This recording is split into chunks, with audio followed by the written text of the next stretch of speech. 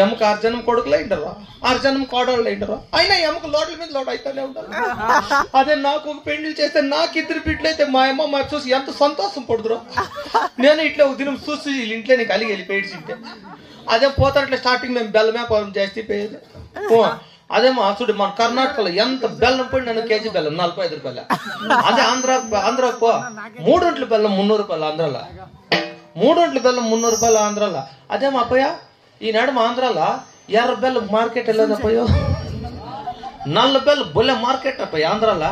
నల్ల బెల్లం పుట్టుకుని బాసలాడేస్తారు అట్లా ఆంధ్రాలో. ఇదేరా మంచి అవకాశం అంటే నేనేం చేస్తానంటే 3 మూటలు బెల్లం ఎత్తుకొని సిల్ఘాట్ సర్కల్లోకి వెళ్ళిపోతే ఏంటిగా అనంతపురంలో అమ్ముకొద్దామని చెప్పి. అప్ప పొద్దున్నే 5 గంటలకు పోయిండేవాడు, సాయంకాలం 5 గంటల కదా బస్సు రాలే ఏమీ రాలేడు. అదేమో ఆపోతే ఫుల్ కరోనా లాక్డౌన్ అంటే నాకు తెలియదు నిజంగానే. ఏం చేసేది భగవంతుడు, 3 మూటలు బెల్లం తూకం అయిపోతుంది.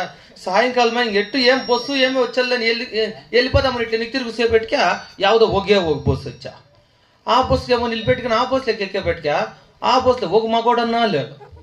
వాళ్ళు సుమారు ఉత్తు ఆడోళ్ళే ఉండరు. అది అంటే ఓం శక్తికి పోతారంటే ఓం శక్తి పరాశక్తి ఓం శక్తి పరాశక్తి అని అంత ఓం శక్తికి పోయించిన ఒక్కొక్క నా సౌతి ఇంతలో ఉండేది. బాగా తిని మొగ్గులు తెచ్చిపెట్టిన సౌత్లో ఒక్కొక్క నా సౌతి ఇంతలో ఉండదు. సీట్లు ఇంకా వాళ్ళే ఉంటారు, సీట్లు ఖాళీగానే లేదు. ఏం చేయాలి భగవంతు వెనకెట్టు దావలేదు అని చెప్పేసి ముందరు పోతే ముందరు సీట్లు ఎక్కువైపెట్టుకే ముందరు సీట్లు ఆయన మీరు ఒకటి కూకోండి. ఈ శక్తులకంత పెద్ద శక్తి ఆయమేనంట. నాకు తెలియదు ఏం శక్తి అంటే పరాశక్తి అని. బాగానే ఉంది పొద్దున్న టైం అని చెప్పేసి ఆయన సీట్ కింద ఖాళీగా ఉండే జాగా, సీట్ కింద కాలు చాపుకోండి. అక్క అంటే యాళ్ళపోయా నీ కాళ్ళట్లు ఎత్తక నా బెల్లం పెట్టాలా అంటే అక్క తప్పుంటే చెప్పులా అండి నిజంగా నీ కాళ్ళట్లు ఎత్తక నా బెల్లం పెట్టాలా అండినాక క్లీనర్ కండక్టర్ ప్యాసింజర్లు ఓం శక్తులు అది ఎవరెవరు ఏం టెక్కొట్టరో తెలియదు. ఊపుడు నిజంగా వాళ్ళు ఊపింటే ఊపట నిక్కర ఒకటి మిగిలింది నా చెల్లెలు ఊపి ఇడిచిపెట్టేది. నిజం ఏం చేస్తున్నా అన్న లాస్ట్ తప్పే కొట్టేసి పడిపోతున్నా సర్కల్.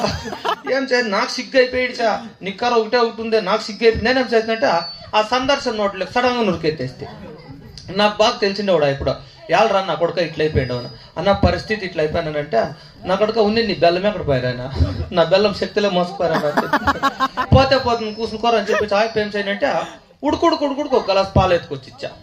ఉడకారితే తాగుదామంటే కూసునుకోండి అన్న. ఆయా ఎవరో సిలుగట్ల పాపమ బజార్లో ఉడిచాయమ్మంట. బాగా బజార్లో సరైన లూర్సిందేమో పాపమ పర్కట్ సంకలో పెట్టుకొని టిక్కు నేర్చుకొని ఆయన నా టేబుల్ మీద ఎక్కుకొని కాపీ ఎత్తుకొచ్చి నా టేబుల్ మీద పెట్టా.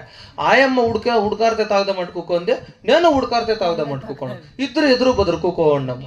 ఇంక నేను బొలితే ఇట్లు నా కొడుకో ఊరికే ఉండేది ఆలని చెప్పి ఆయనకలు ఇట్లు చూసినప్ప పర్కట్ సంకలో ఉన్నా నెగేదಲ್ಲ ఇట్లా ఎత్తుకొని చూపించంతే ఆడ కొట్టదు. ఓహో నేనే తప్పు చేయను అన్న ఇట్లా ఎత్తుకొని చూపించంతే.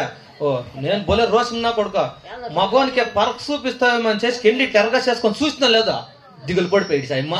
ఈడోడు తిక్కలు నా కొడుకే కట్టున్నాడా దాంట్లో వేరే నిక్కర్ ఒకటే ఉంటుంది ఈడు సరిలేదప్ప అని చెప్పి ఆయన ఏం చేయనంటే ఆయమ్మ కాపీ గలాస్ ఎత్తుకొని ఇచ్చి ఆ పక్క టేబుల్ మీద సడన్గా తిరుకొని ఇట్లా కొంగేసుకొని ఆడ పొరపాటు ఏమైపోయినంటే ఆ కొంగ వచ్చి నా పాలు గలాస్ మీద పడి అక్క అంటే యాళ్ళపోయాను నీ కొంగట్లెత్తక నా పాలు తాగల్లా అక్క తొప్పుంటే పరకలేండి నిజంగా నీ కొంగట్లెత్తక నా పాలు తాగల్లా అండినాక కట్ల పరకు తీసుకొని తిప్పేసి మళ్ళీ ఊపుడక్క నిజంగా ఆయన ఊపెట్టారు గుండె నిక్కరు ఏడొచ్చిపోయినా నిజంగా తిరిగా వచ్చి ఇల్లు కోపలనే చేరుకోండి యూట్యూబ్ పెండ్లి ఎవరు ఏమీ లేదక్క నిజంగా.